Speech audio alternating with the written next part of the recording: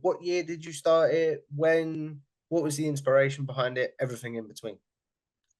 Yeah, so I started the podcast in February of 2020. And ironically enough, I found out later that I started it on Sensational Sherry's birthday. Oh yeah. And she's actually from Birmingham as well, so that meant a lot finding that out later on. But yeah, like I started it in February 2020, right before the pandemic. And at the time, I was looking for a means of just sharing what I loved that I was seeing in wrestling because I was with a Facebook group of really great people who wanted to start a podcast, but somehow just never did it because, adult stuff happens, life. Ev- I've Yeah. I from doing this, I have found that everyone wants to start a podcast and will talk about starting it. But the main Hmm. thing is to start, if that makes sense. Yes, absolutely. And when I had left the Facebook group, I just needed a place to get my stuff out, but I remembered that I still had the apps and everything to record it on. So I was like, okay, well, I guess, this is the right time to do it. And it was right after the Royal Rumble that Drew McIntyre won. And then Charlotte had won too that year. So I was just like, okay, well, with all of this going on and everything that's happening afterward, you had Rhea Ripley feuding with Bianca Belair in NXT. There Mm. was so much happening. So I was like, okay, well, let me just do this now. So I just got on my phone and just started talking the way that I'm talking to you right now and just talking about what I liked in wrestling and just, what I had seen.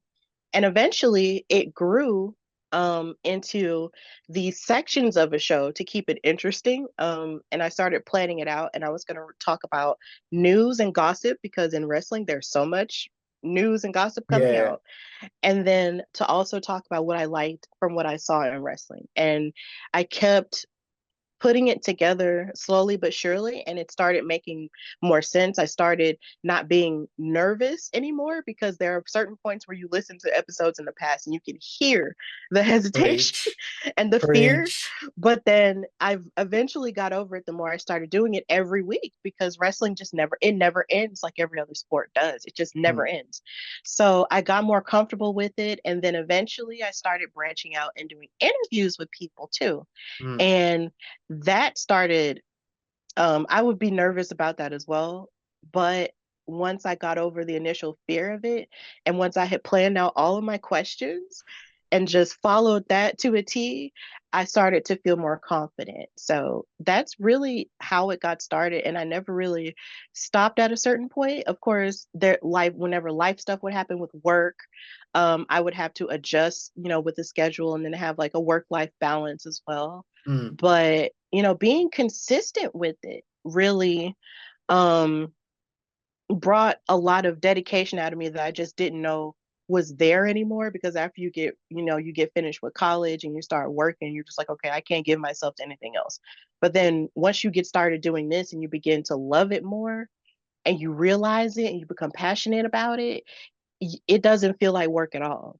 Mm. So that's just what it was for me at that point and what it has been.